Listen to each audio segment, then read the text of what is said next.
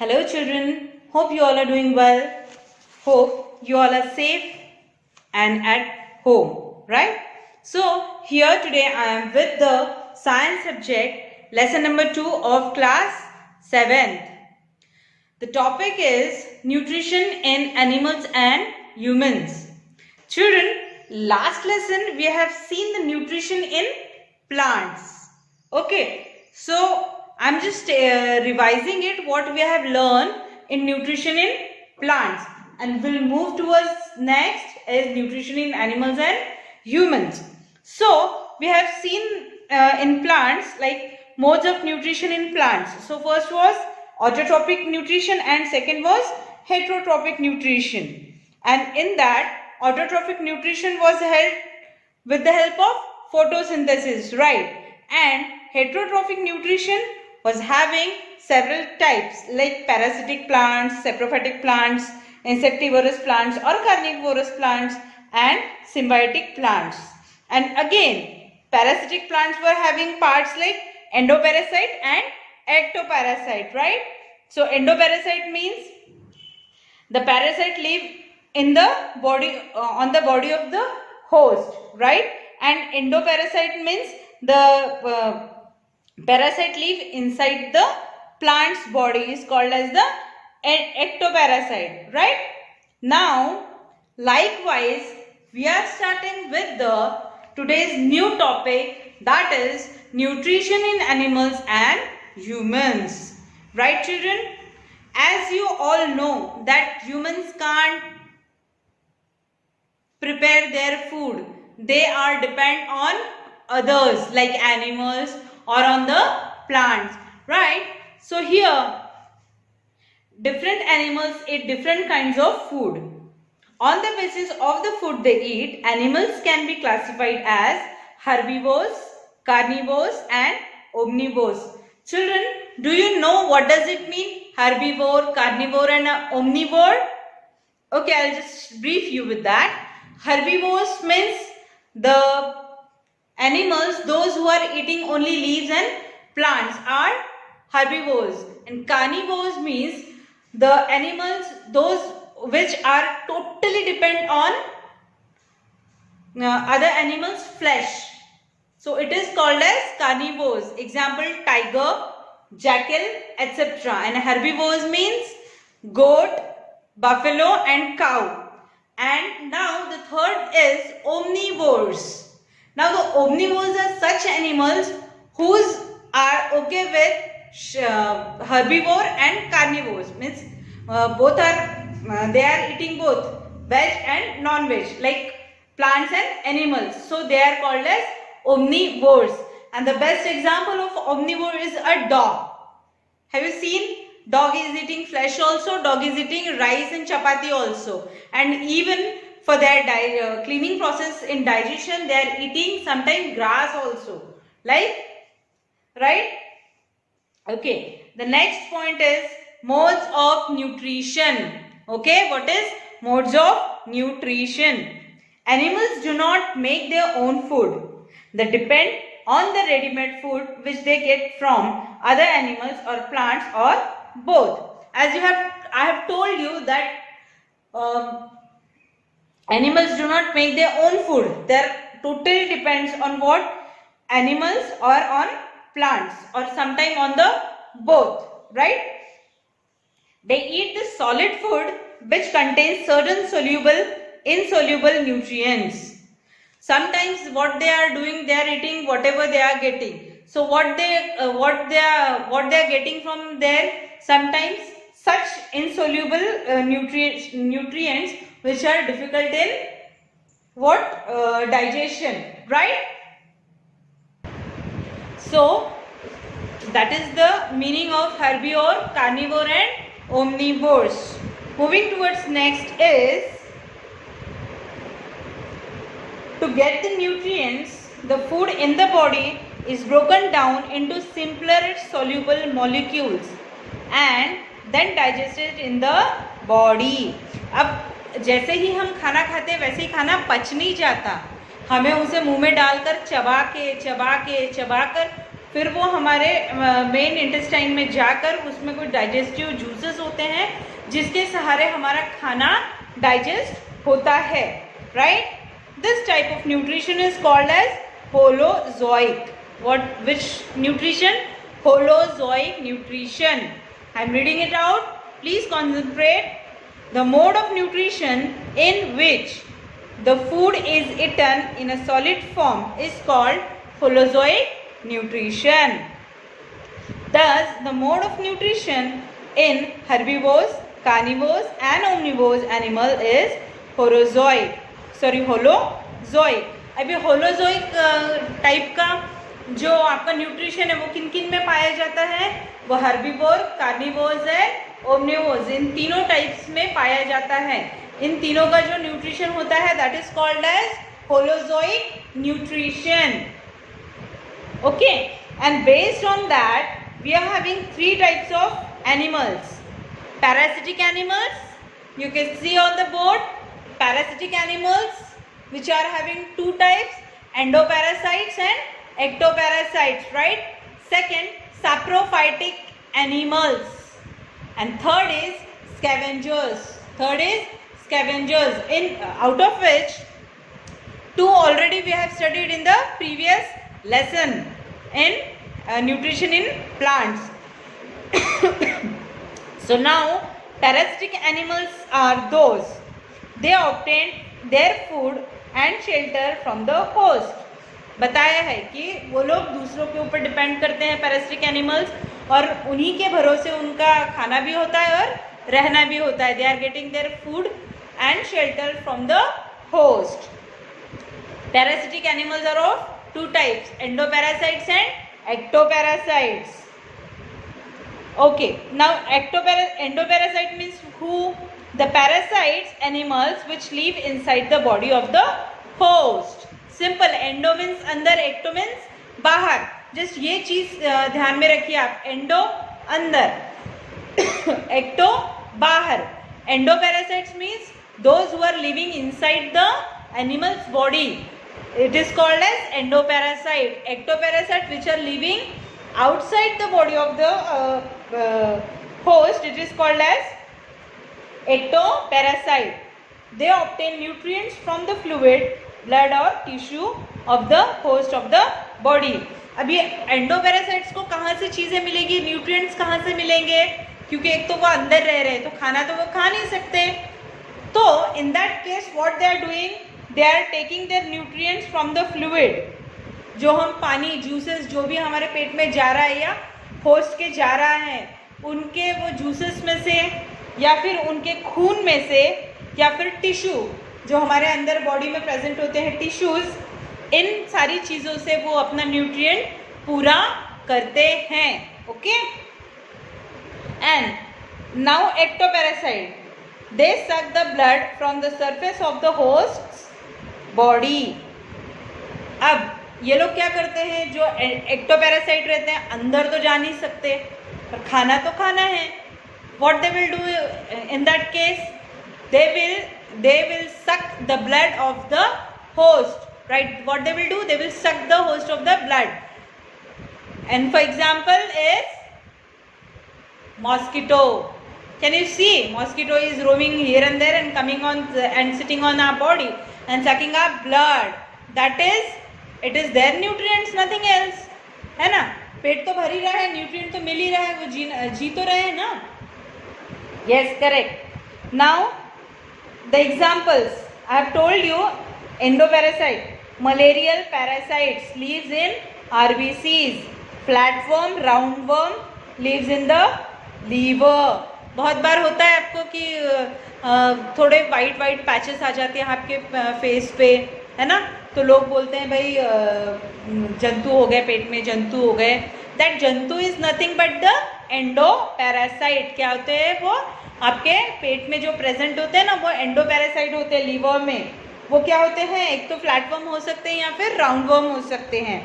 और apart from that जो malarial parasites होते हैं वो कहाँ रहते हैं? अपने आरबीसीज में प्रेजेंट होते हैं. Okay, and there are n numbers of examples of ectoparasite like ticks, mites, bedbugs and body louses stick on the surface of the host body, sucks blood to host body and sucks blood to get nutrients.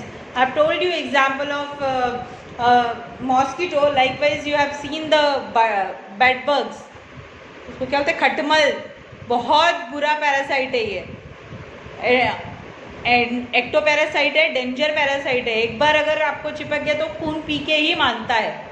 तो please avoid such kind of ectoparasaits, right? Now the second type is saprophytic animals. Now saprophytic animals, what? These are the animals which feed on the dead and decaying organic matters. Same, जो प्राणी किसी और के मृत शरीर या organic matter पे depend करता है, सड़े हुए ऑर्गेनिक मैटर पे डिपेंडेंट है, उसे हम क्या बोलेंगे? Saprophytic animals. Earthworms are the saprophytes. देखा है किसी ने earthworm? It is the best example of what? Saprophytic animals. Now next is the third part is scavengers. Scavengers.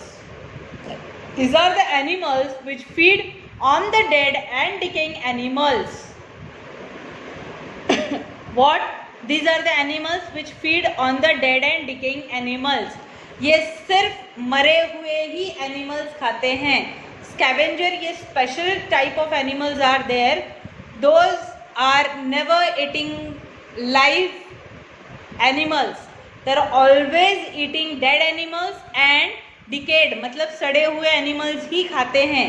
They are never eating fresh things like us. सब्जी रोटी दाल चावल खा लिया, नहीं.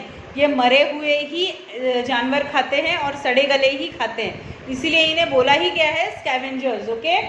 और स्कैवेंजर्स का बेस्ट एग्जाम्पल क्या है? Vulture and jackal and crow. Vulture, jackal and crow, गिद्ध, कौवे, etc. Okay. Now moving towards next point, and it is very important, is process of holozoic nutrition. क्या है? Process of holozoic nutrition.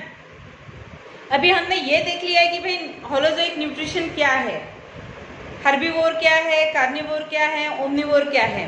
अब हमें ये जानना है कि भाई ये प्रोसेस क्या है.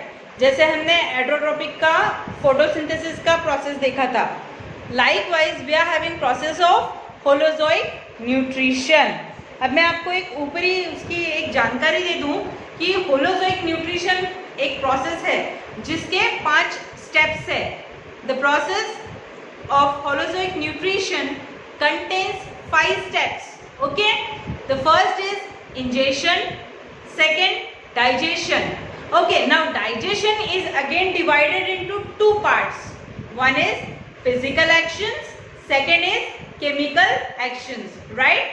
So first is ingestion, second is digestion, and it is again divided into 2 actions, that is physical actions and chemical actions.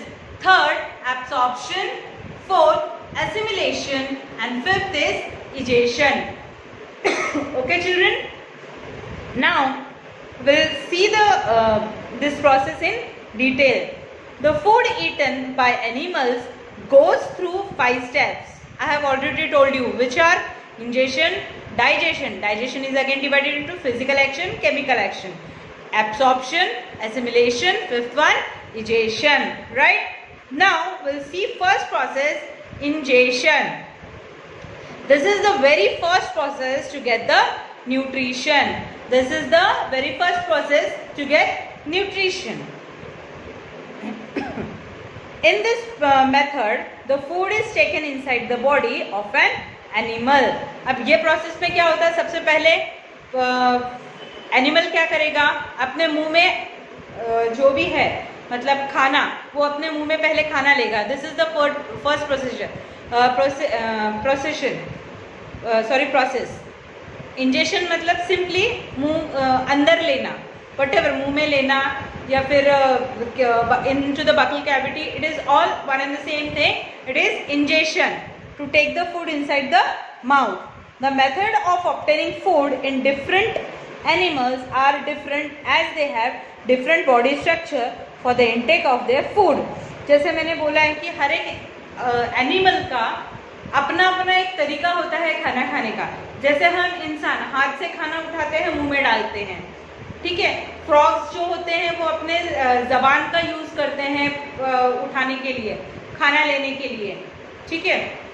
और जब एक सांप खाना खाता है वो अपने बकल कैविटी को खोलता है ना, मीन्स मसल्स पूरे स्ट्रेच आउट करके खाना निगलता है. तो इट डिपेंड्स कि हर एक एनिमल का अपना अपना एक तरीका होता है खाने का. For example, mosquitoes feed on the blood of animal. They have long and pointed sucking और feeding tubes to suck their food.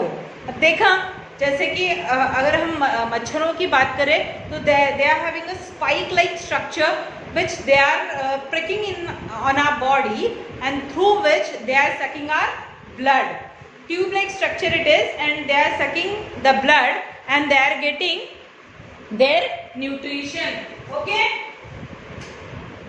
now next example is what a butterfly uses its sucking tubes to suck the nectar from the flower. Same, butterflies को भी क्या होता है, एक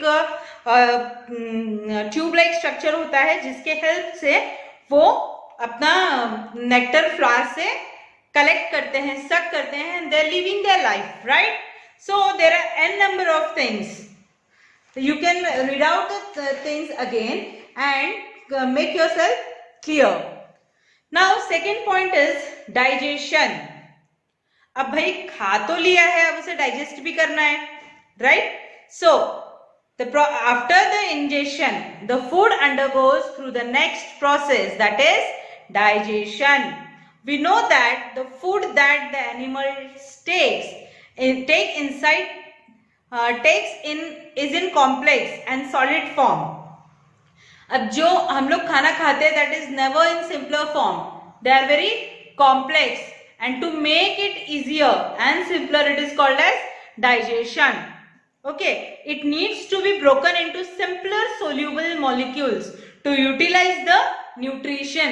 अगर हमारी इंसानों की अगर हम बात करें तो सिर्फ एक रोटी है, उसे निगल लेने से हमें कभी न्यूट्रिशन नहीं मिलेगा. उसका एक प्रोसेस होता है. हम रोटी को तोड़कर मुंह में डालेंगे, मुंह में दांतों की हेल्प से हम लोग जब उसे चबाएंगे तो हमारे मुंह में सलाइवा जनरेट होगा. सलाइवा में कुछ ऐसे एंजाइम्स होते हैं जो खाना अंदर जाने के बाद डाइजेस्टिव जूसेस से मिलने के बाद उसमें से न्यूट्रिशन एब्जॉर्ब किए जाते हैं बॉडी के अंदर, and then it is excreted. Okay, so there are the processes to use the to get the nutrients from the food. This is done by the digestion method. जो किससे होता है, digestion method से होता है. The digestion method involves both the physical as well as chemical reaction. अब जैसे कि मैंने आपको पहले ही बताया कि होलोजोइक न्यूट्रिशन के 5 स्टेजेस हैं, जिनमें सेकेंड है डाइजेशन, और डाइजेशन के 2 मेन एस्पेक्ट्स है, physical action and chemical action.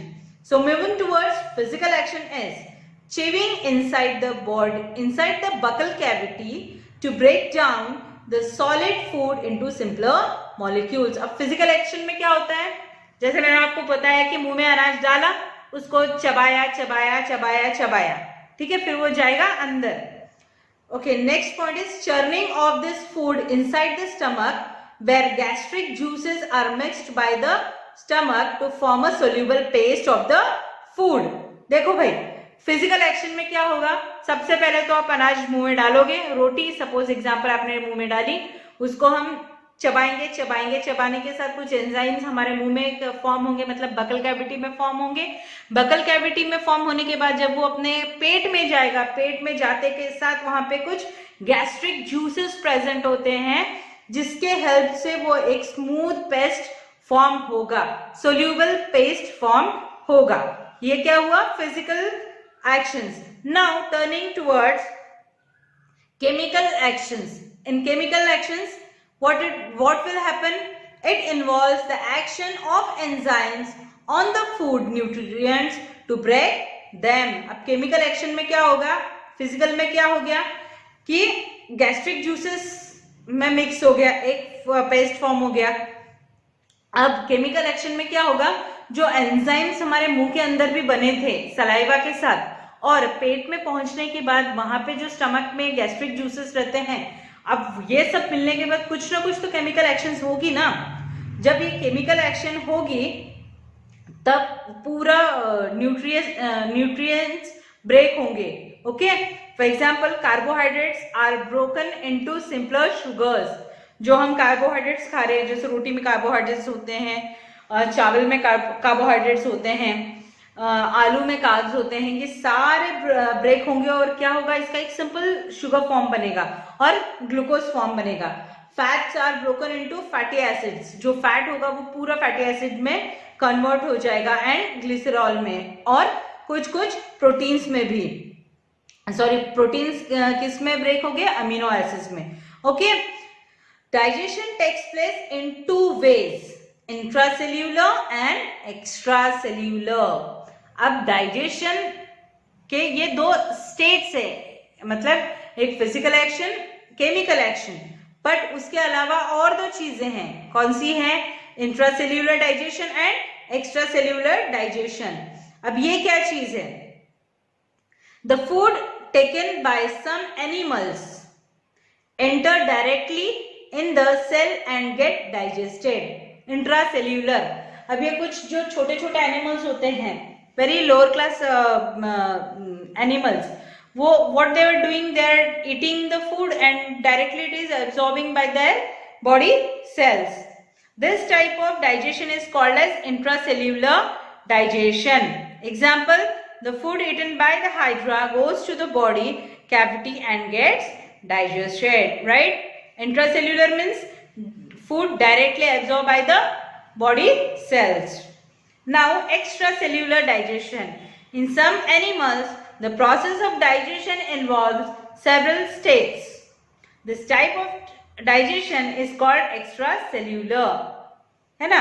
अब extracellular digestion is not simple. It has certain types of steps through which extracellular digestion is happening. For example, the food that we eat passes through several organs of the alimentary canal or the digestive system for the digestion of food, है ना। As I have told you, it is not simple. It has certain stages. पहले वो मुंह में जाएगा, मुंह से फिर पेट में जाएगा, पेट में से फिर digestive systems के अकॉर्डिंग उसको सारी चीजें होनी है। So it is called as extracellular digestion. Clear? Now our third part is absorption. Once the nutrients of the food are digested through the digestive process, they are then absorbed by the intestine wall and taken into different parts of the body through the circulatory system. Now the main important part is absorption of nutrition. What? Absorption of nutrition. Once the nutrients of the body of the food are digested, एक बार अगर आपका food digest हो गया through the digestive process, फिर वो क्या होता है, वो हमारे जो इंटेस्टाइन के वॉल्स रहते हैं वो क्या करते हैं, उसे एब्जॉर्ब कर लेते हैं, then they are taken away to the different parts of body through the circulatory system. फिर जो हमारा सर्कुलेटरी सिस्टम है उसके थ्रू पूरे बॉडी में वो पहुंचाए जाते हैं। What is happening, digestive system में आपका न्यूट्रिएंट्स बन रहे हैं, फिर बाद में इंटेस्टिनल वॉल्स उसे एब्जॉर्ब कर रहे हैं। After absorbing by intestinal walls, it is circulating throughout the body with the help of circulatory system, right? In this way, the cells present in different parts of the body absorb the digested nutrients. What? The cells present in different parts of the body absorbed by the digested nutrients. Now, fourth is assimilation. In earlier classes, we have read that the food that we eat help us to grow well. सुना है कभी कि अच्छा खाना खाओगे तो आपकी अच्छी ग्रोथ होगी? Yes, true. And it is years past. Our ancestors also doing the same thing. we are also doing the same thing, and our ancestors will be doing the same thing, right? So now here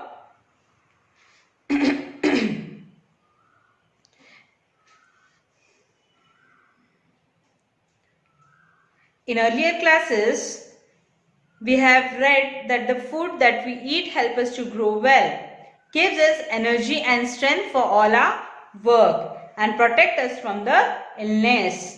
लोग ऐसे ही नहीं कहते कि अच्छा खाना खाओगे तो आपकी ग्रोथ अच्छी होगी, आपकी इम्यूनिटी सिस्टम अच्छी होगी और आप बीमार कम पड़ोगे. There are some reasons why, because if you will eat good food, you will get the good nutrients, and if you will be having the good nutrients, your nutrition will be super, and if your nutrition is super, then your immunity will automatically get increased day by day, so you will fall ill very less or maybe never. Okay. Now the next is assimilation is the method where all these advantages are obtained from the food that we eat. अब now अगर आप लोग कोई चीज खा रहे हो, suppose आपने आज क्या खाया, टमाटर खाया, टमाटर में क्या है, विटामिन सी. ओके, और अगर वो आपने खा लिया है, वो इंजेक्शन कर लिया, आपने डाइजेशन कर लिया, अब एब्सॉर्प्शन हो गया, अब उसके फायदे भी होने चाहिए, है ना. फायदे क्या है, तो वो आपको जो उसमें से विटामिन सी मिलना है वो मिल चुका है. This is called as assimilation.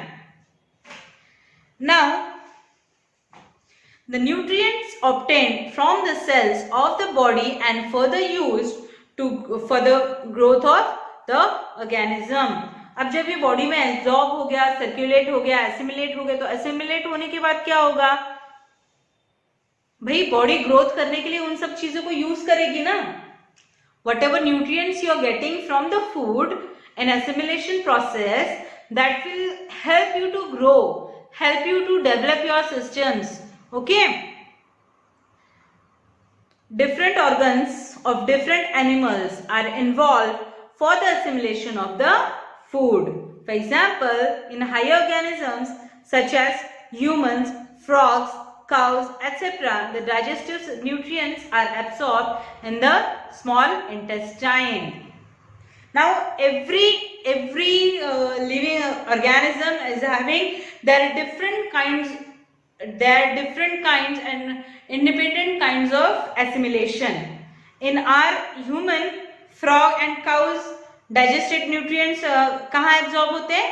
Small intestine में. वहीं hydra digested nutrients कहाँ मिलते हैं? Diffusion through the cavity wall. कहाँ में मिलते हैं उनके? Cavity wall में. In amoeba, the digested nutrients absorbed in the cytoplasm. उसके amoeba के cytoplasm में absorb होते हैं. So there are different parts in different animals for the assimilation. Right? The next and last part is egestion. What? Egestion. All the food.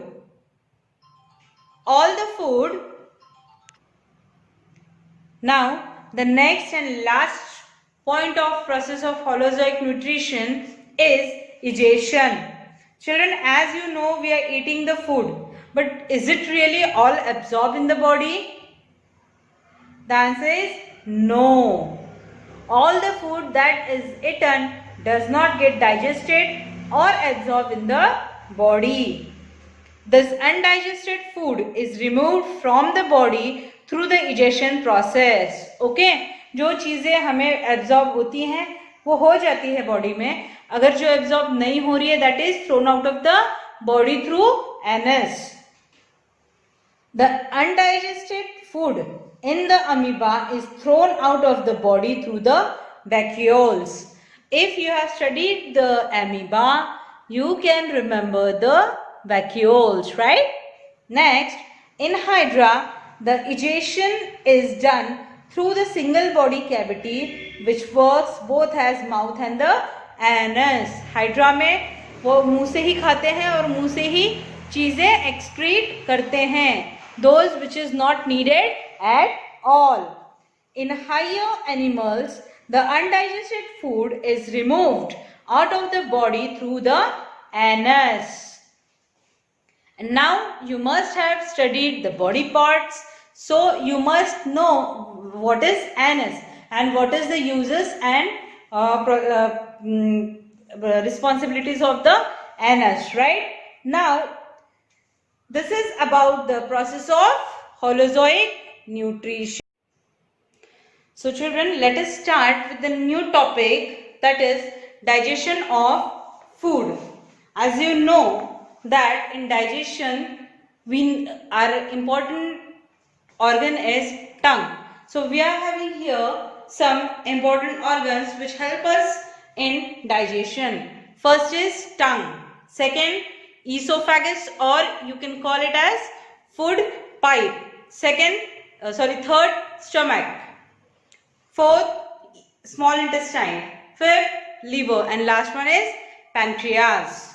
They all are having their own functions to perform in the process of digestion. Right? So, the process of digestion in humans start in the mouth through the tongue. In earlier lessons also have told you that tongue plays very important role in the process of digestion, which is present in mouth. The food chewed in the buccal cavity with the help of teeth passes through different organs to complete the process of digestion. जो food आपके मुंह में जाकर उसको पूरी तरीके से चबा चुबू के एक प्रोसेस के थ्रू जाता है, जो लास्ट में होता है डाइजेस्ट. ओके, इसको बोलते हैं process of digestion. The food is chewed by the teeth to form a paste in the buccal cavity. दांतों के सहायता से जो आपका अनाज, जो भी आप अन्न खाते हो, वो क्या करते हैं, दांतों के सहायता से उसका एक स्मूथ पेस्ट बन जाता है. कहाँ पे? बकल कैविटी में. To soften and to make the food slippery. क्यों ये जरूरी होता है? क्या हम सीधा अनाज मुंह में डाल के निगल नहीं सकते? नहीं. To make it softer, to make it slippery, right? It is mixed with the saliva released by 3 pairs of salivary gland.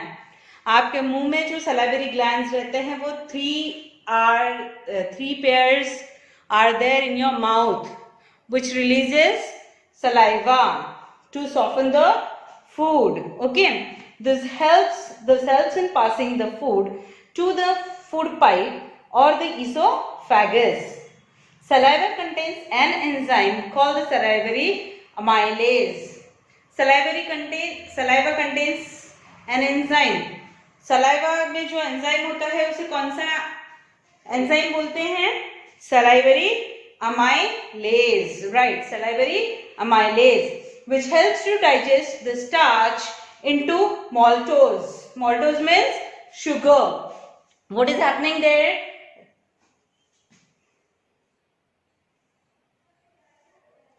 Which is digest the starch into maltose. Therefore, we say that the digestion process starts in the buccal cavity.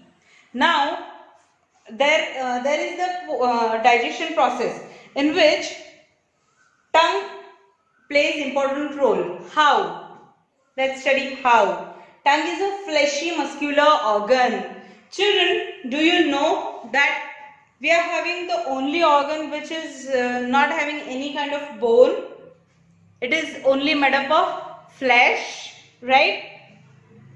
It is attached at the back and free at the front.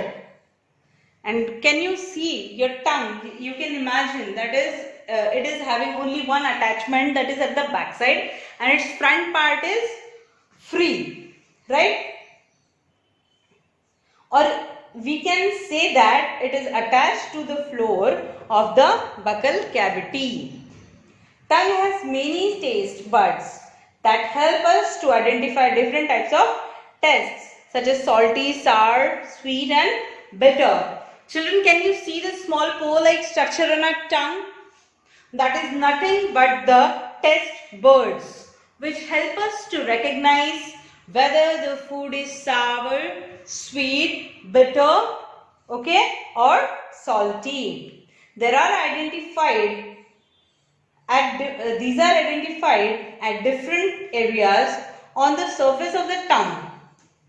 Now, these birds are present all over the tongue, but test birds, especially means like the food is salty, the food is sour, the food is sweet. It is distributed, or you can differentiate on the different parts of the tongue. A tongue performs certain functions. It helps in. Now, what is the main role of the tongue? So, the first is the tasting the different tastes to different foods. Now, children, अब ये पढ़ाने की मुझे खास कोई ज़रूरत नहीं है कि कौन सा फूड क्या टेस्ट देता है ना? You people knows कि चाय मीठी होती है ना? और सब्जी जो होती है तीखी होती है.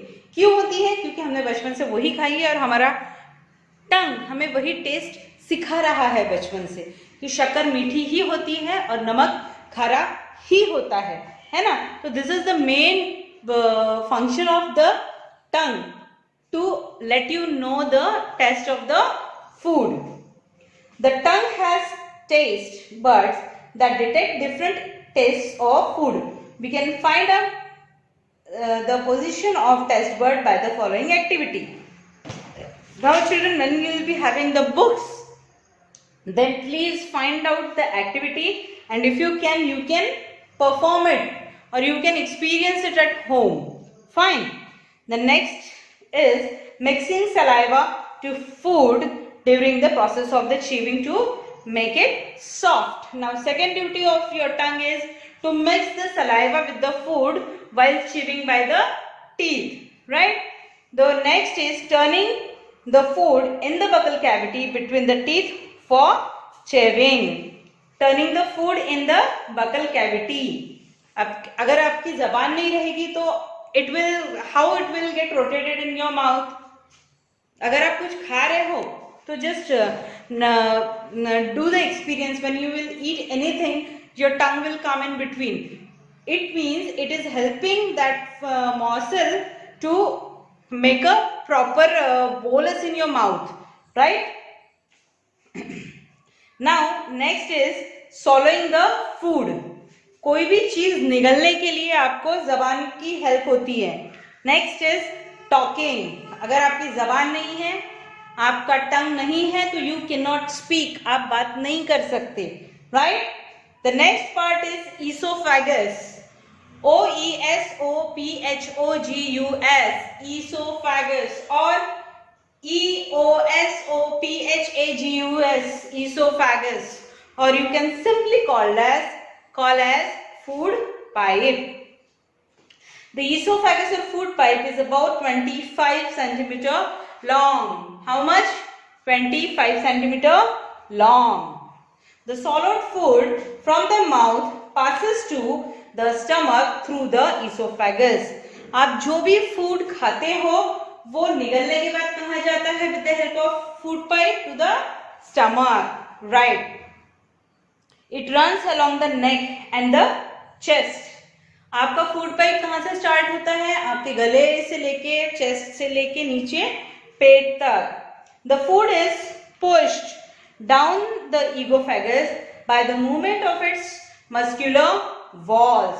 Now, in the esophagus, there are some muscular structure present which helps to push the food inside the stomach. No digestion takes place here. Digestion esophagus में नहीं होता है. Make it clear. Digestion में esophagus में digestion नहीं होता है. It is only the carrier of the food to the stomach. Vomiting results when the food is not accepted by the stomach. When you will feel the vomiting session, just remind that your food is not accepted by your stomach, so it is repelled out. In the form of vomiting. Okay, and the next topic is stomach. What is stomach? Stomach is the widest part of the alimentary canal. It is the biggest part of the alimentary canal. It is a muscular bag having thick walls. Now, our stomach is not very delicate thing. It is having some thick walls around it. The food from the mouth enters in the stomach through esophagus. As I have told you in the part of esophagus, that with the help of esophagus, food is reaching into the stomach. The lining, means inside layer of stomach, has gastric glands. Now, as we have studied, there are some salivary glands present in the buccal cavity. Likewise, there are some gastric glands which are present in the stomach. It secretes digestive juices which contains digestive enzymes. What is? It secretes digestive juices which contains digestive enzymes, hydrochloric acid and mucus. Okay. Most of the food is digested in the stomach. Most of the food where it is getting digested in the stomach itself. Why? Because there are some digestive enzymes, hydrochloric acids and mucus are present. The food stays in it for 2 to 4 hours. In stomach, for how much time it is there? For 2 to 4 hours. It is then goes to the small intestine as a thin paste. And after that, where it goes into the small intestine, in which form? A thin paste for further digestion. Now, the stomach thus performs certain functions for the digestion process of. Okay. Now, what are those? The muscular walls of the stomach churns the food into fine paste with the digestive juices secreted by the glands present inside the stomach wall. Now, what exactly is happening in the stomach? You know, the muscular walls of the stomach. जो muscular walls पेट के अंदर जो present होते हैं, what they are doing? They are churning the food. So, वो अनाज को अंदर पीसते हैं with the help of what? With the help of digestive juices which are already present in the stomach, and they are forming it into a smooth paste, right? Next, mucus protects the lining of stomach from the actions of enzymes and acid. Mucus protects the lining of stomach from the actions of enzymes and acids. If we need to keep it safe, we need to have the protection, we need to have the cover for that. So, as a result of protection, the mucus works in the stomach. Next is hydrochloric acid makes the food acidic for the action of enzyme. Hydrochloric acid क्या करता है? अन्न को, acid को, actions, hydrochloric acid makes the food acidic. क्या करता है? Food को एसिडिक बनाता है. किस चीज के लिए? To make the action of enzymes, to make the action of enzyme. It also kills bacteria that might enter along with the food. अगर कोई गलत बैक्टीरिया आपके पेट में खाने के साथ एंटर कर दिया तो that with the help of hydrochloric acid it gets killed, right? The next is the digestive enzymes carry out the chemical digestion. जो digestive enzymes होते हैं वो क्या करते हैं? हमारा chemical digestion जो रहता है वो खत्म करते हैं, right? That is breaking of the nutrients of the food. What they are doing? They are breaking up all the nutrients of the food and complete the process of digestion. Understood, children? These were the process of what? Stomach. Now moving towards next, small intestine. Where? Small intestine. Small intestine is located below the stomach. Where? Just below the stomach. It is long coiled tube. It is long coiled tube. The partially digested food from the stomach enters into the small intestine for the further digestion.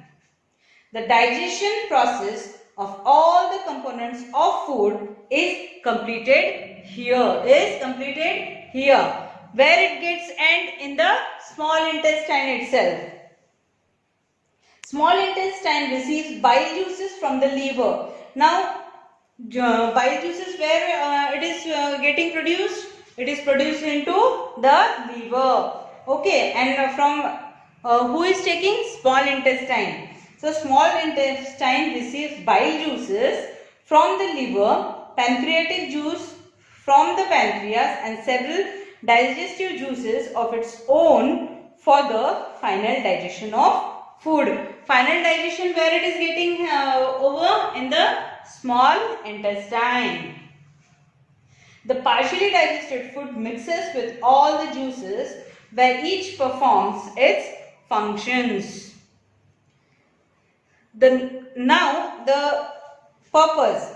The bile juice makes the food alkaline and helps in the digestion of fat.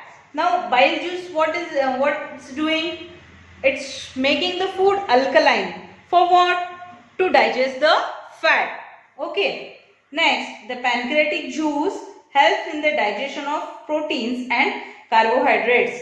Pancreatic juice, which is coming from the pancreas, it is helping to digest the which part? Proteins and carbohydrates. Okay.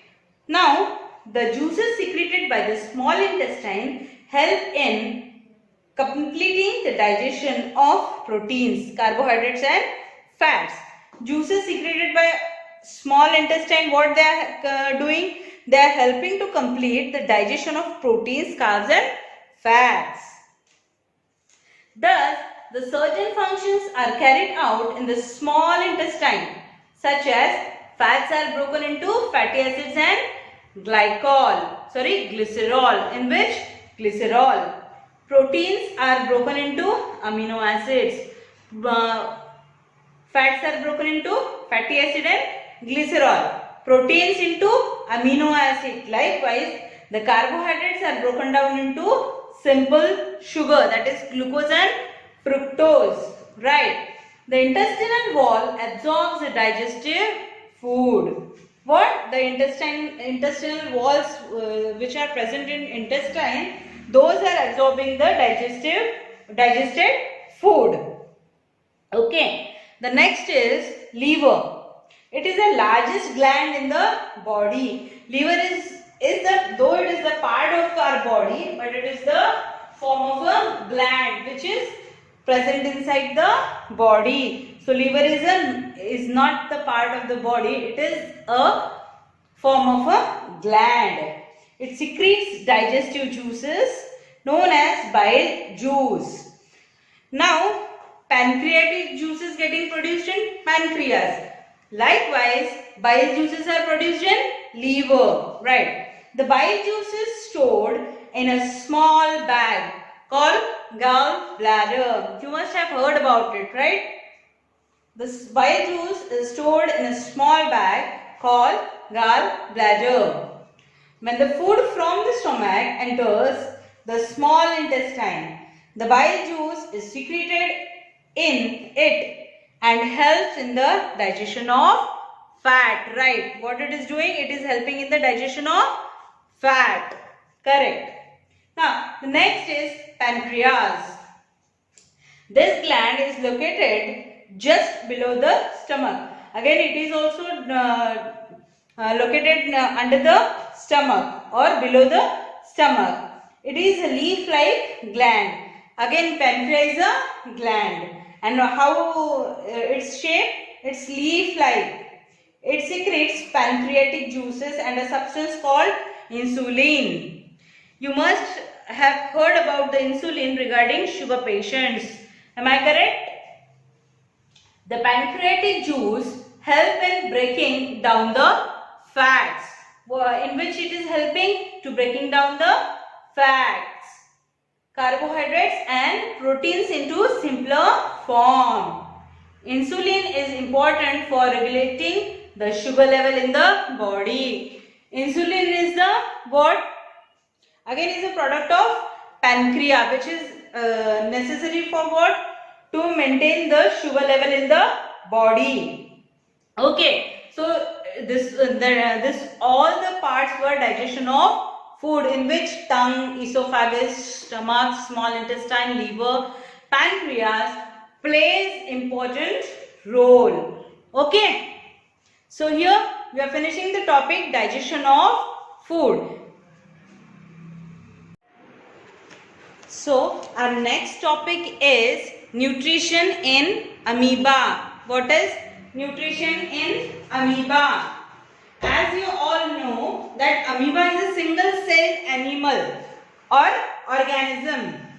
It is found in pond of water and can be seen with the help of a microscope.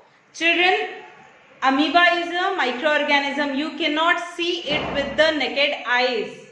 To see amoeba, you should have a microscope. Without that, you cannot see the amoeba, right? Thus, amoeba is also a microscopic organism. So, I have told you that it is a microorganism. So, with the help of microscope only you can see it. Hence, it is called as microscopic organism. The shape of amoeba is irregular. This microorganism does not have a proper shape or a particular shape.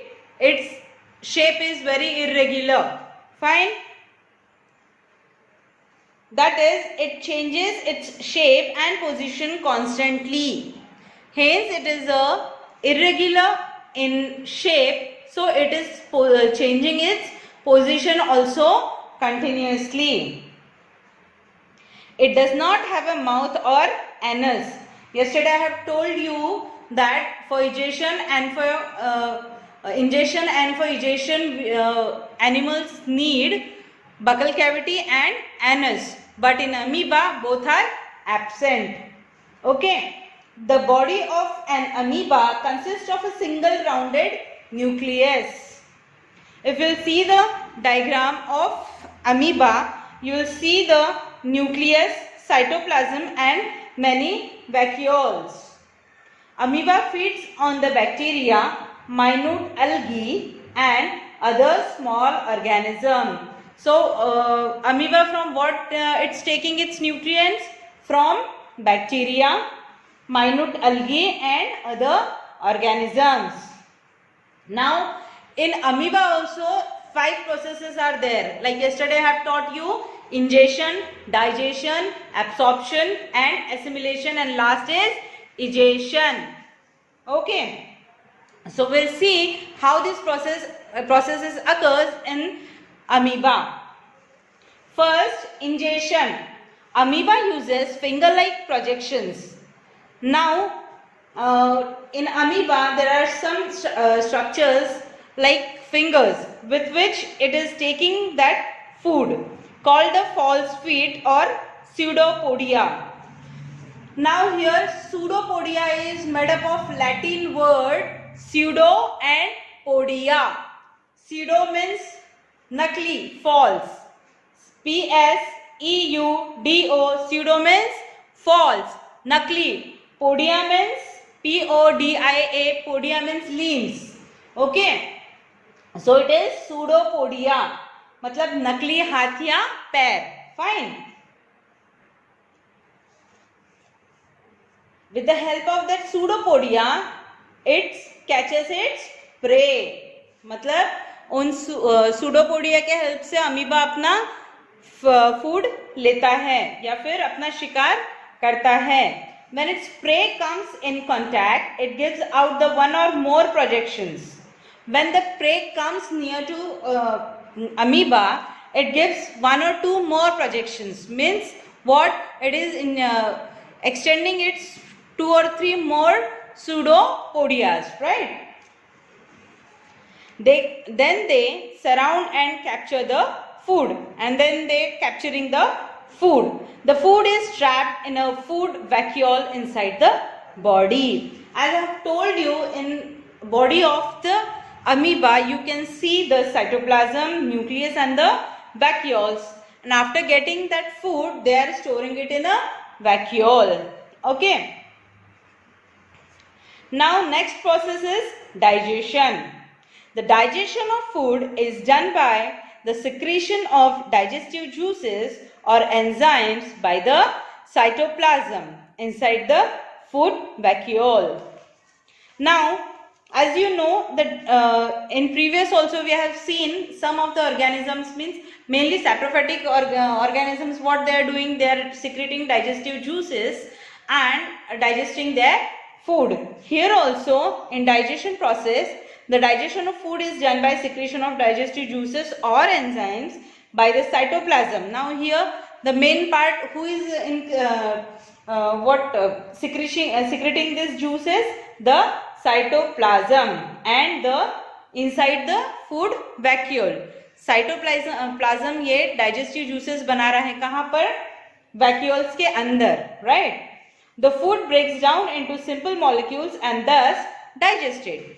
Now whatever food he is taking, it's in a soluble form, insoluble tough form.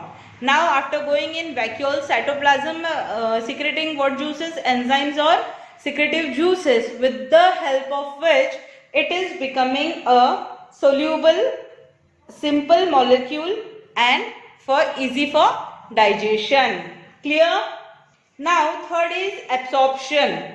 After the digestion is over, the food molecules get spread into the surrounding cytoplasm. That is, it is absorbed in the cytoplasm.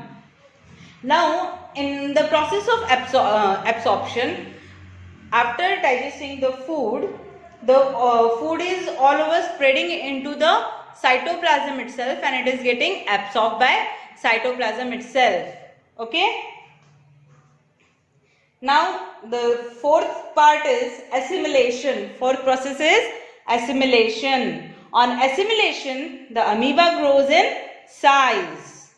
What is happening in humans? Assimilation, you can see the growth and development, which nutrients helps in growth and development. Same here in case of amoeba, we can see the increase in size of amoeba. In which part? In assimilation. With the help of nutrients, it gets double in size or it gets big day by day. Okay. The food that was absorbed is used for the growth, energy and repair. As I told you, you can see the things. In assimilation, the assimilation process helps to absorb the nutrients for growth purpose. Here also the same thing. In amoeba also it is used for the growth, energy and repair, right? The next and last process in nutrition in amoeba is egestion. Okay, the undigested food is thrown out of the body through any point with the help of a temporary vacuole. Now as you can see here, it doesn't have mouth or it doesn't have anus, so with which it will take food or with which it will excrete the indigested material. So with the help of any temporary vacuole, with the help of vacuole only he will take the food, and with the help of only vacuole it will excrete the food, right? So here we are finishing with the topic nutrients in amoeba, which also includes 5 steps: ingestion, digestion, absorption, assimilation and egestion. Right children? Now we will turning towards our next topic, and the next topic is nutrition in human. What is nutrition in human? We know that the human comes under the category of omnivores. Now children, yesterday only I have explained you what is carnivore, herbivore and omnivore. So tell me, what is omnivore? Yes, the one who eats both flesh and plants are called omnivore, right? different foods contains different types of nutrients. As I've told you before that different foods have their different nutrients. Okay. So here these nutrients are very essential for us, which are very important and essential for our growth and development and for energy. The food that is eaten is always in a soluble solid form. Whatever food we are eating or animals are eating, it is in solid and soluble form, right? To utilize the nutrients, it needs to be digested. Now, if you will eat the flesh for the sake of protein, if you will eat it, do you get directly protein from that?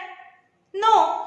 For that, it should go through several processes, and after as a result of byproducts, you can use it nutrients in the form of absorption, and you can see its result in assimilation, right? Here the digestive system helps us to digest and utilize our food. Now I have told you before only that we are having 5 processes, which is the part of what? Digestive system, which help us to digest and utilize the food. The process of digestion starts from the mouth. Yes, it is true. The process of digestion, why it starts from the mouth? As you are taking food, it is getting chewed in buccal cavity, right? And here in mouth, saliva produces, right? Which mixes with the food, and there in the saliva there are certain enzymes are present which help us to digest the food. Hence, it starts from mouth itself. We take in food through our mouth. It then passes through several organs of the digestive system. Once you will eat the food, it will go through different kinds of processes of which system? Digestive system. All these organs together form a food canal called the alimentary canal or digestive tract. Each and everything have their certain name and their certain responsibilities or functions to do, to perform the various activities, right? Like digestive tract is having their own part of digestive system, right? Next, the alimentary canal is a long coiled tube. How it is, you must have studied in 6th or maybe in previous classes, as you are in 7th standard now, right? It is a long coiled tube which is open at both the ends, beginning of the from the mouth and ends with the anus. It starts from the mouth and finishes at the anus. What? Alimentary canal, right? It consists of following 7 organs. You can see on the board the main 7 important organs are buccal cavity, nothing but the mouth, okay, food pipe through which we are taking the food, and with the help of which it is going in the stomach. Stomach you all know, then small intestine, large intestine, rectum and anus, right? Now, in addition to these organs, the alimentary canal also consists of a few glands. They are liver, pancreas, salivary gland, which are present along with the alimentary canal.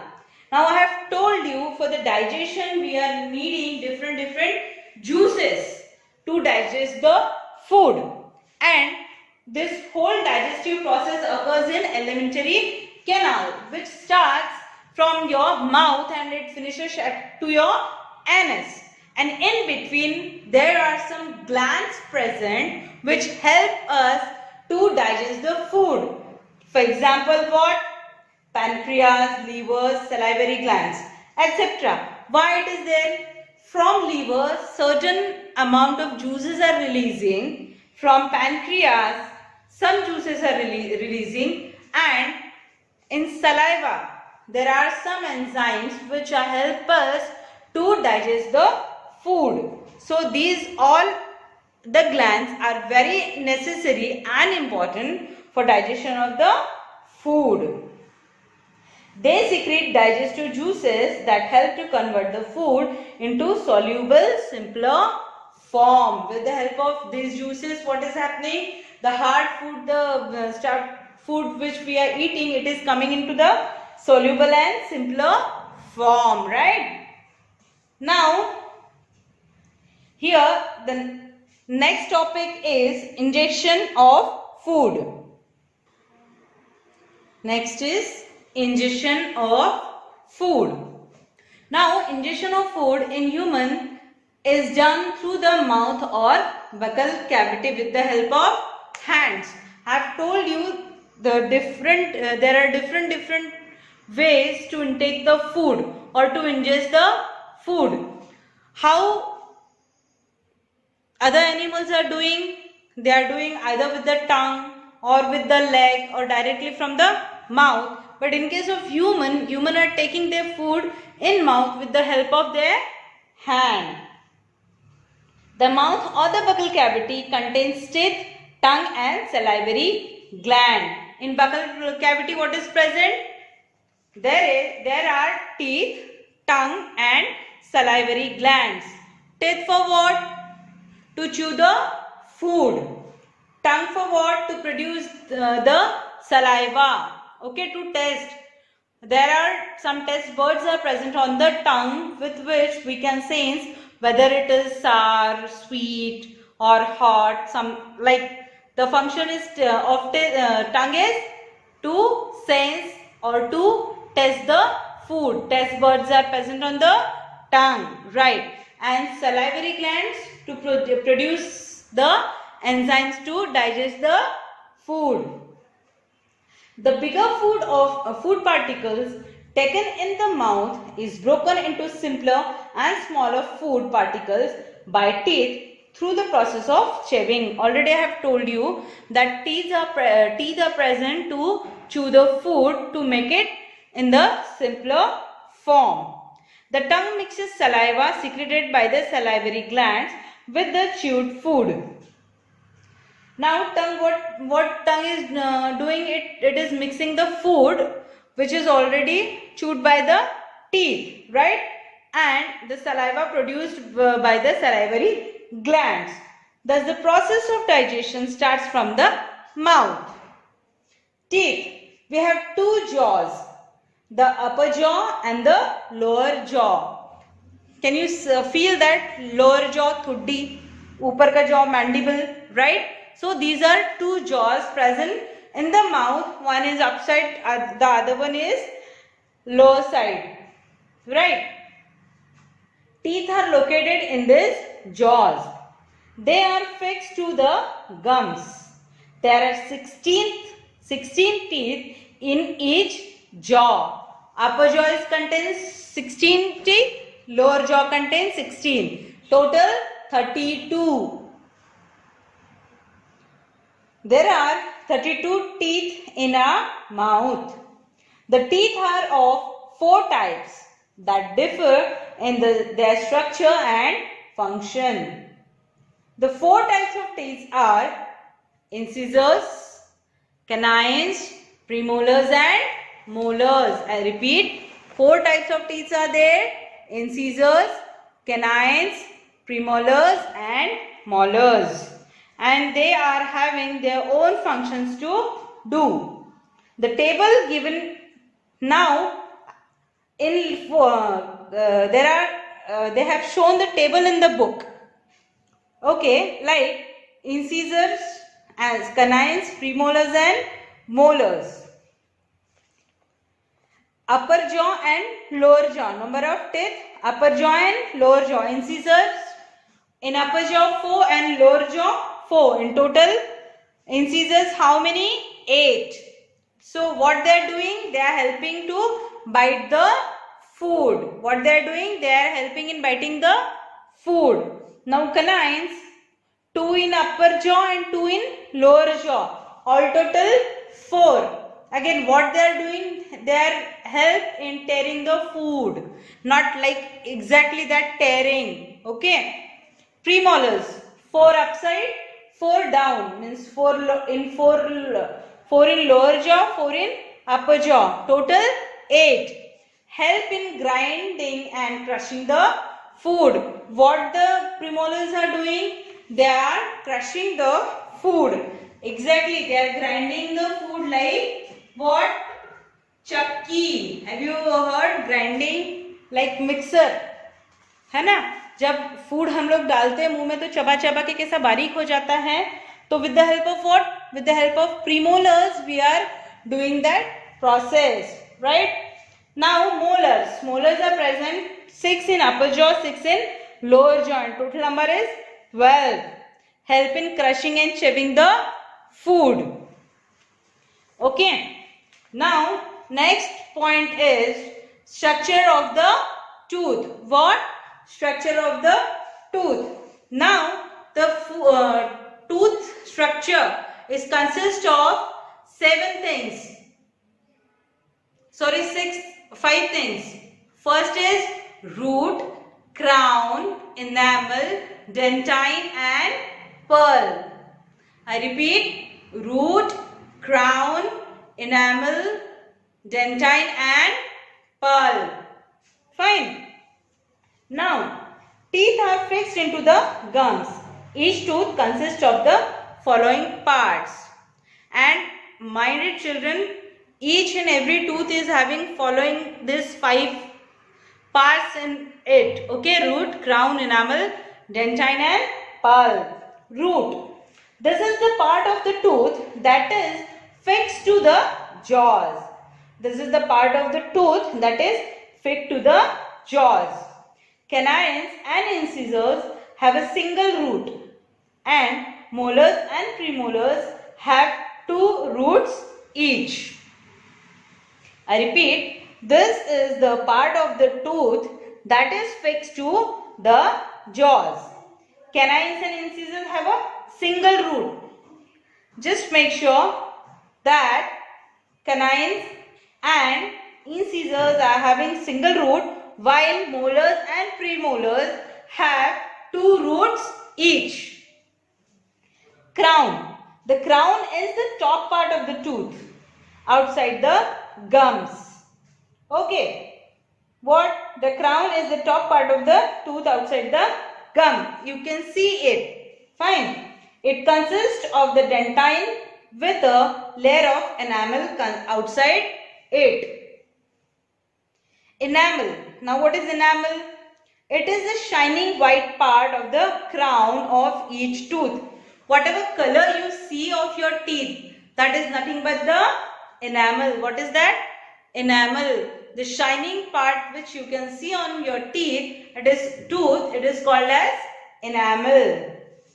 It is the hardest substance, even harder than the bones.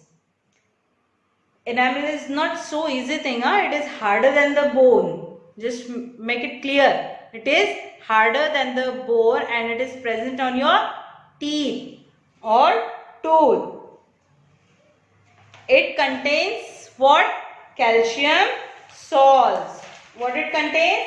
It contains calcium salts. Now the next is dentine. Below the enamel lies the dentine. This is also quite hard. Now dentine is the same like enamel, but it lies under the enamel, right? Or below you can say. This is also very hard. Pulp. Inside the dentine is the pulp. Now, where is the dentine? Where is the enamel? Enamels are present on your teeth. And dentine just below the enamel. And pulp inside the dentine. Right? This is soft and has blood vessels and nerves. As you have seen, the enamel and dentines are hard in nature, while the pulp which is present inside the dentine is very soft and are having blood vessels and nerves. इसीलिए अगर आपको कुछ दांत में लगता है तो तुरंत खून निकल आता है ना, तो might be that pulp is getting hurt, that's why blood is coming out. The nerves are connected to the gum through a hole in the root. The nerves are connected to the gum through a hole in the root. Now the next topic is types of tooth. Milk teeth and permanent teeth. Children, you might have observed when you are in 3rd and 4th standard, your tooth may have fallen, right? दांत गिरे होंगे 4th 5वीं में. That was your milk teeth, दूध के दांत जिसको बोलते हैं ना. And when you are there in 6th and 7th, now you are having firm teeth, right? Those are called permanent teeth. Okay. So here the set of teeth that appears during infancy after the age of 6 months are the milk teeth. So milk teeth कब से आने start होते हैं? When you are the age of 6 months onwards. 6 महीने के बाद, आप जब 6 महीने के होते हो, जब हम 6 महीने के होते हैं तब हमें दांत आना शुरू हो जाते हैं. तो उसे कौन से दांत बोलते हैं? दूध के दांत या milk teeth. They are only 20 in number. तब हमें सिर्फ कितने दांत आते हैं? 20 ही आते हैं.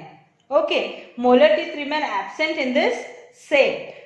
Molar teeth are absent in the set. Now permanent teeth. This is the second set of teeth. This set of teeth replaces the milk teeth between the 6 to 8 years of age. अब जब आप 6 महीने के होते हो, जब आपको milk teeth आते हैं, तो 6 महीने से लेकर तो 7 या 8 साल तक के आप लोग उन दांतों के साथ रहते हो. And then it replaces with the permanent teeth. They remain with us throughout the lifespan or might fall off during the old age. अब ये permanent teeth कैसे का क्या होता है ना, कभी कभी कुछ मतलब जो इंसान होते हैं उनके दांत जल्दी गिरते नहीं है, permanent teeth भी, तो वो उनके साथ ही चले जाते हैं. पर कभी कभी कुछ जो बूढ़े हो जाते हैं उनके दांत गिर जाते हैं, तो वो एज के साथ हो जाता है. Okay. Now they are 28 in numbers. The 4 molar remains absent till the age of 18th. These 4 molars are called the wisdom tooth. आप लोगों ने कभी किसी को सुना होगा अक्ल दाढ़ आ रही है, अक्ल दाढ़ आ रही है. This is nothing but the wisdom teeth, right? They develop after the age of 18 years. Fine. Now the next is tooth decay. The next topic is tooth decay. We often heard from our elders about the toothache or a cavity in their mouth. अगर आप लोगों ने गौर किया होगा तो बहुत से लोगों का कंप्लेन होता है दांत में दर्द हो रहा है, दांत में कीड़े लग रहे हैं, या फिर कुछ ऐसे चीज हो जाती है जिसे एक पाइरिया करके एक डिजीज है दांतों का, जिसमें से कंटिन्यू पस आता रहता है दांतों से और कंटिन्यू ब्लड आता रहता है, उसे पाइरिया कहते हैं. तो these n numbers of complaints are there in which decaying of tooth is going on. Even most of the children also have these types of problems. These problems come when we do not take proper care of teeth. अब ये दिक्कतें क्यों आएंगी आप लोगों को? When you will not brush your teeth properly, you will not oftenly wash it, and if you will not take its proper care, then automatically these problems will occur. If we do not clean our teeth regularly, they become yellowish and sticky due to a coating of saliva. If you will not brush your teeth properly and if you will not clean it properly, then your teeth will become what? Yellowish. Why? Due to a coating of saliva. Okay. food particles and bacteria. What it will happen? The coating of continuous saliva, food particles and bacteria, which is, and this is called as plaque. आप देखते होंगे कि किसी किसी लोगों के दांत बहुत गंदे होते हैं, येलोइश होते हैं, उसके ऊपर एक ऐसा व्हाइट को ऐसा डर्टी सा एक जमा होता है दांतों पे. That is nothing but the plaque. What is plaque? Now, once the sticky plaque is formed, many starchy and sugary food particles stick to it. As you know that it is coating of saliva, food particles and bacteria, and ultimately it's a plaque. So what will happen? Sticky plaque is formed. Many starchy and sugary food particles stick to it. And after that all things, again this starchy and sugary food particles will stuck to the plaque. The bacteria in the plaque converts the sugars and starch food particle into acids. Now what will happen? These sugary parts will get converted into starchy food particles into what? In acids. The acids thus form dissolves the enamel and steadily damages the teeth. अब ultimately अगर acid आपके दांतों में form हो रहा है तो वहां पे क्या होगा? Decaying of the tooth, decaying of the enamel, right? So this is called as tooth decay. What it is called? Tooth decay. The tooth decay further results into the tooth cavity which causes severe tooth एक. Right, children? So now, if you are not aware till the time with this thing, tooth decaying, now I explained you properly. Now I will tell you how to take care of your tooth, right? So we must take proper care of our teeth to save them from the formation of plaque and tooth decay. Some of the steps that we must follow for these are, now if you want to take care of your teeth, if you want to stop your tooth decaying, you must take your tooth care properly. So avoid eating sticky and sugary food items such as chocolates, toffees, sweets, cold drink and ice creams. What will happen? All the residues of chocolates and toffees will be there on your teeth, and ultimately it will result in the tooth decaying by the formation of acids on enamel, right? Brush your teeth twice a day, that is in the morning and at the night before going to the bed. For that only, in the morning when you are waking up, you must have to brush your teeth to just avoid all the deposition of the food material or any residues which are present on your teeth in the morning and before going to the bed, because you have eaten whole the day n number of things, chocolates, food, anything. So to remove all those things from your teeth, it is necessary to brush, right? And remember, how you will brush your teeth? Upward direction and in downward direction. Now next is ensure that no food particles are left between the teeth. While brushing, you have to make sure all the food material is removed from your teeth, right? Rinse the mouth with water after eating anything. Now, whenever you will eat anything, any food item, you will just have to rinse your mouth to make sure that there is no residual of the food particles there after eating anything, right? Eat fruits and raw vegetables such as carrot, radish, cabbage, etc. These are self-cleaning food items. Children, all the time you cannot keep on brushing your teeth, or all the time it is not really possible to rinse out the mouth. So for that you need to eat some vegetable which are natural cleanser like carrot, radish, cabbage, etc. So this was about the caring of tooth, right? So here we are finishing the topic care of tooth.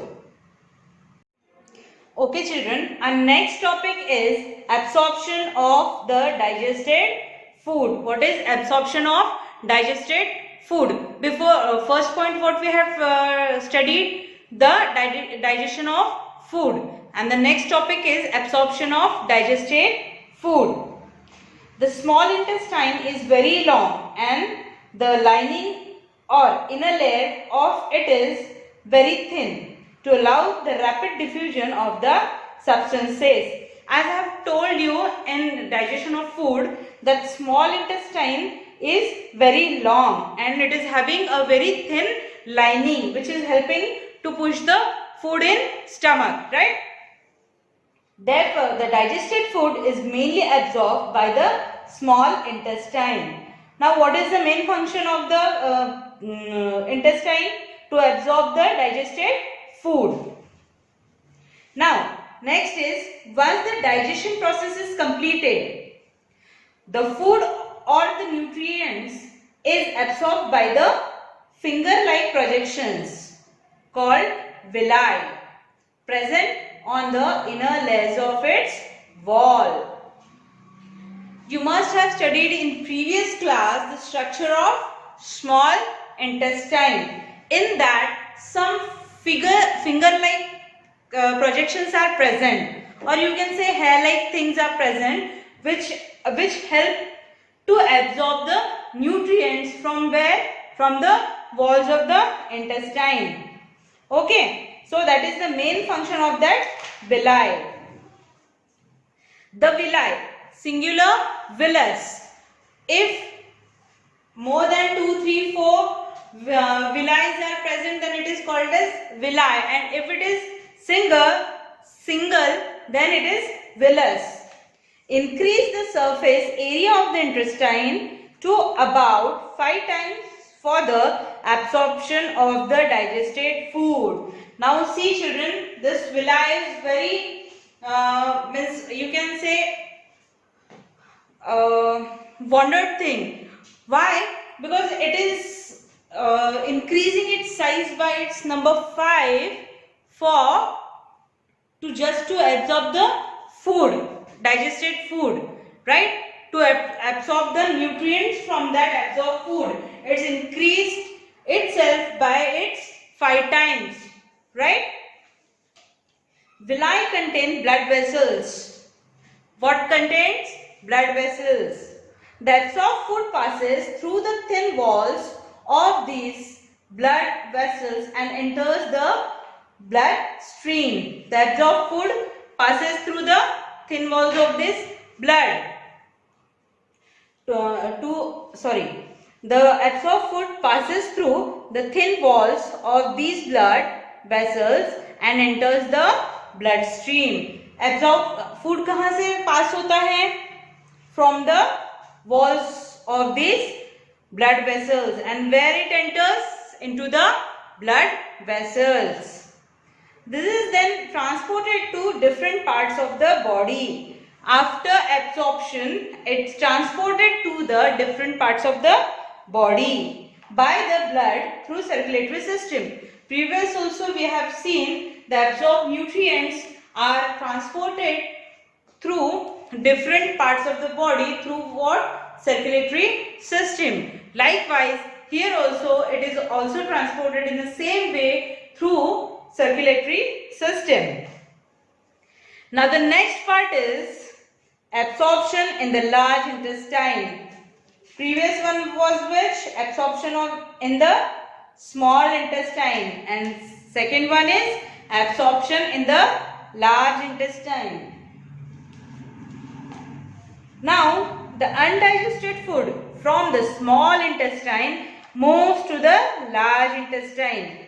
If suppose any food material which is not getting digested is transported to where? To the large intestine. The large intestine then absorbs water and some salts from the undigested food. Now, whatever nutrient material is absorbed in the small intestine from digested material, it is there. But if not, then it is sent to large intestine. And in large intestine, what is happening? The wall of the large intestine absorbing the water and salts from the undigested food. The next part is assimilation of the digested food. Assimilation of digested food. Before, in first chapter also and in this chapter also, I have told you the meaning of assimilation. After the transportation of the digested nutrients to different parts of the body. After the transportation of the digested nutrients to different parts of the body, they are used by the cells for carrying out different life functions. As I have told you in short that in the process of assimilation, all the nutrients which are absorbed in the body and circulated or transported to the different parts of the body are now actually in the process of assimilation, which help to grow, to give energy, to support our body system or life system or life functions, whatever are happening in the body. It is mainly supported by what? Assimilation. Excess of them are stored within the body cells until they are needed. And some nutrients are well preserved in the body until and unless it's not in use. They are stored in our body itself. Right? Now, carbohydrates are broken down into simple sugars in the form of sugar and glucose. As I have told you before also, carbs are getting break down into what? Simple sugars like sugar or glucose. In the digestion process, when digestion of carbohydrate is going on or the digestion process is going on, in that process carbohydrates are break into which? Simple sugars, either glucose or sugars, right? Glucose is oxidized to release energy for the cell. Now, what is the main function of glucose? To release the energy. For what? For the cells to work, right? Now, oxidation occurs with the help of oxygen that we inhale during the respiration through respiratory system. Oxidation occurs with the help of the oxygen. Can you imagine oxidation without oxygen? No, it's not at all possible. That's why here they have stated that oxidation is done with the help of oxygen that we inhale during the respiration through respiratory systems. Children, do you know that we are having 9 systems in our body, amongst which respiratory system is one, right? During the digestion process, the protein are broken down into amino acids. What? Digestion process में क्या होता है? जैसे carbs sugars में break down होते हैं, वैसे ही प्रोटीन्स अमीनो एसिड में कन्वर्ट होते हैं या अमीनो एसिड में ब्रेक डाउन उनका होता है. After that the amino acids are used to build and repair the body cells. After that, what is happening? Amino acids are being used in what? To repair the cells of the body and to build the cells of the body. The digested fats are stored in various parts of the body. Digested fats are stored in various parts of the body. They also provide energy to the body. As we know that fats are the good source of the energy and they are well preserved in the body itself. Now the next part is digestion of undigested food. What is digestion of undigested food? After absorbing most of the water and salts by the large intestine, it is then moved to the rectum. Children, if you have studied well the body parts, you will come to know the rectum, which is the main part of the excretory system or alimentary canal. So, here what they are saying, after absorbing most of the water, when the food is not absorbed or digested in small intestine, it is thrown into what? Large intestine. And in large intestine, what is happening? There, the walls of the large intestine absorbs the excess any amount of water and salt. Okay. Here, this process is over. After that, what will they do with that? They will transport it to where? To the rectum. Right, to the rectum. This is called feces. What is called as feces? The feces leave the body through the anus. Now, through the anus, what that digested, unused thing is now excreted through the anus. This process is called egestion. बाहर निकालना. Egestion means बाहर निकालना. Ingestion means अंदर लेना. मुंह के सहारे से हम लोग खाना अंदर लेंगे और एनस के सहारे से हम लोग खाना बाहर निकालेंगे. So this is very simple process, egestion. Right? The feces leave the body through the anus. Correct? Now our next and last point of this chapter is the digestion in ruminants. Children, can you tell me about ruminants? What is the meaning of ruminants? Anybody knows? Okay. I can give you some example of ruminants. Buffaloes, cows are the example of ruminants. No? Didn't get yet? Okay. Let me explain. Some of the animals like cows and buffaloes first swallow their food and after some time they bring it back into the mouth out of their stomach and begin to chew it. In short, Hindi में पूछती हूँ, जुगाली करने वाले जो प्राणी होते हैं, किस को पता है जुगाली करना मतलब क्या? सिंपल, जो मिला है फूड वो मुंह में लेना और निगल लेना, पूरा पेट तक चला जाएगा. ठीक है? और थोड़ी देर के बाद जब आप फुर्सत पाओगे तो वो वापस पेट से बाहर निकालना है अपने मुंह में और उसे चबाते बैठना है. That process is called as rumination. And this process is performed by those animals are called ruminants. What? Ruminants. This is known as chewing the cud or rumination. Cud मतलब चारा. Cud means चारा. C-U-D, cud means चारा. Such animals are called ruminants or cud chewing animals. I have told you कि ऐसे जो प्राणी होते हैं उन्हें क्या कहते हैं? Ruminants और cud chewing animals.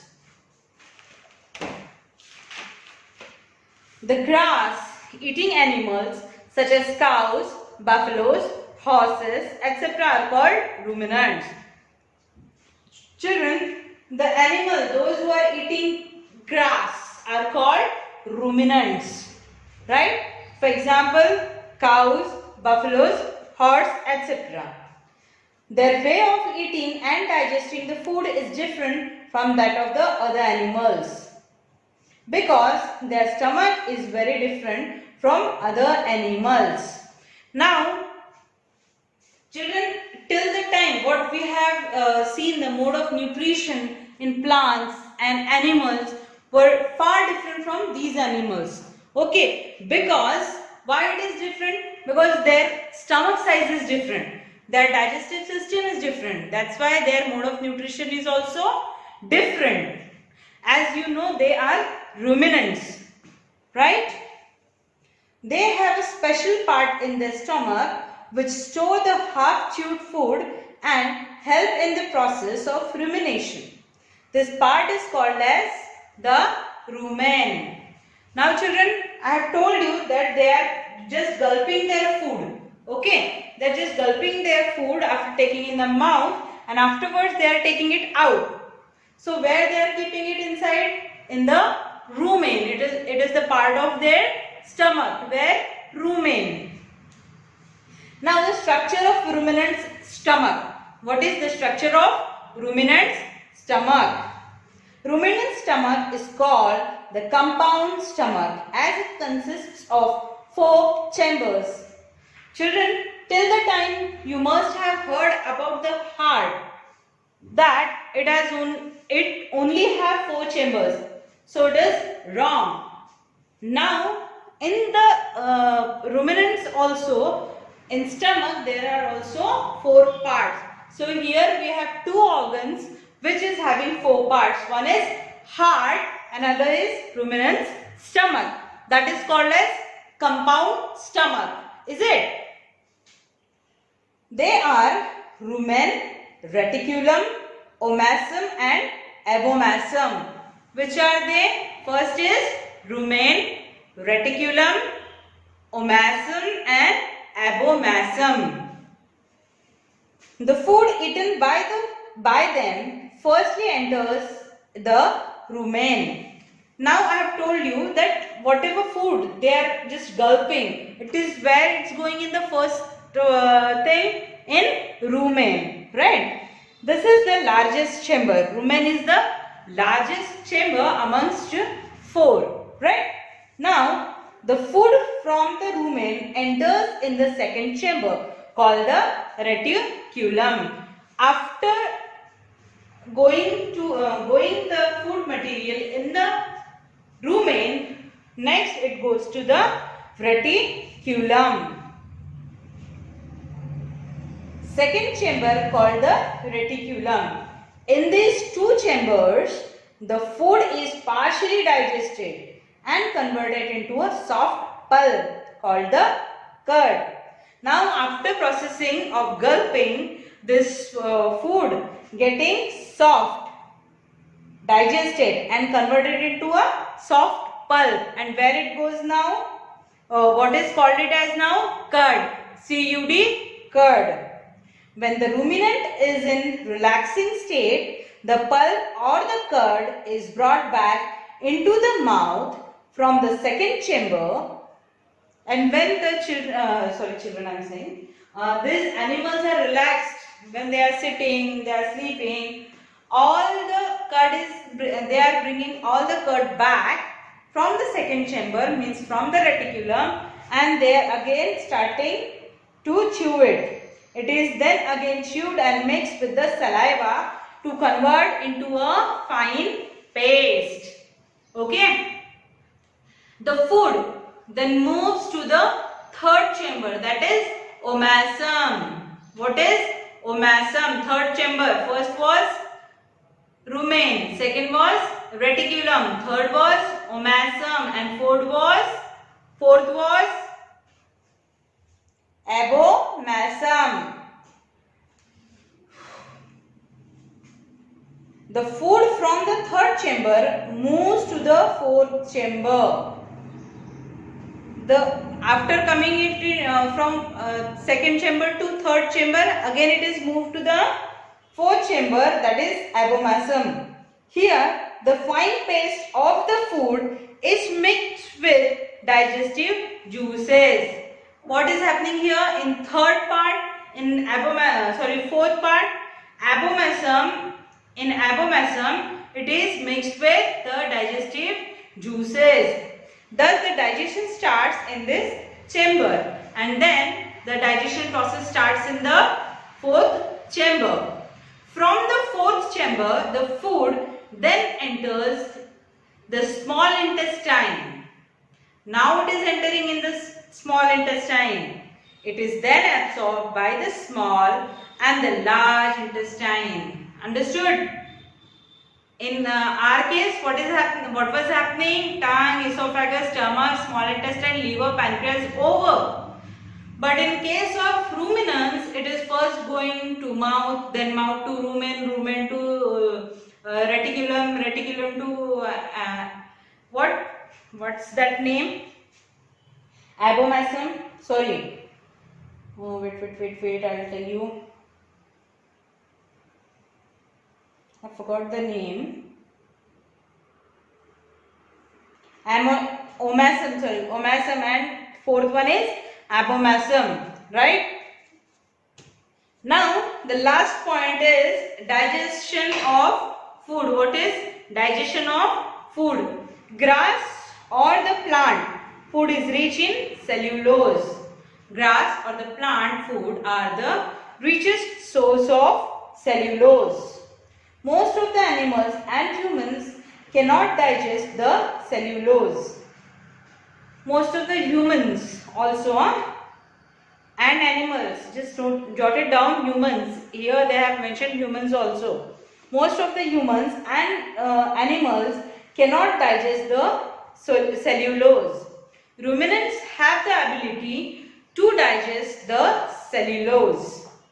Here ruminants are only source or only animals who can digest the cellulose. They have a large sac-like structure called the cecum. What they are having? A large sac-like structure. It is called as cecum, right? These are present between the small intestine and the large intestine. Where they are kept? Just between the small and large intestine. Digestion of cellulose of the grass occurs, thereby action of cellulose digesting bacteria. What they are saying? Digestion of cellulose of the grass occurs here by the action of cellulose digesting bacteria. Here in ruminants, special kinds of bacteria are present which are helping to digest the cellulose, which are absent in animals and humans. Digestion of cellulose of grass occurs here. I have told you. Human beings digestive system does not contain this bacteria. Human में ये bacteria नहीं मिलता है. Therefore, they are unable to digest the cellulose. इसलिए हम लोग cellulose को digest नहीं कर सकते. Okay, children. So here we have finished with the second chapter, nutrition in animals and human. Just we'll take a quick recap of the mind map. Now here our chapter name was mode of nutrition in animals, right? So the first part was Holozoic nutrition, right? In that we have seen digestion in ruminants, nutrition in amoeba, process of Holozoic nutrition, nutrition in human. In Holozoic nutrition we have seen 5 parts: ingestion, digestion, absorption, assimilation and egestion. And in nutrition in humans we have seen egestion of food and assimilation of food. Next, absorption of food, right? And after that, nutrition in human, again it goes with digestion of food. In the main parts are tongue, food pipe, stomach, small intestine, liver and pancreas. Okay, and ingestion of food, teeth, types of teeth, milk teeth, permanent teeth. And next, nutrition in amoeba, ingestion, digestion, absorption, egestion, right? And digestion in ruminants, I've told you it occurs in the 4 parts of its body, right? So I hope children you have understood this lesson and you will just go through the chapter once you will have the books and once you will have the video. Okay, stay safe, stay at home. Thank you.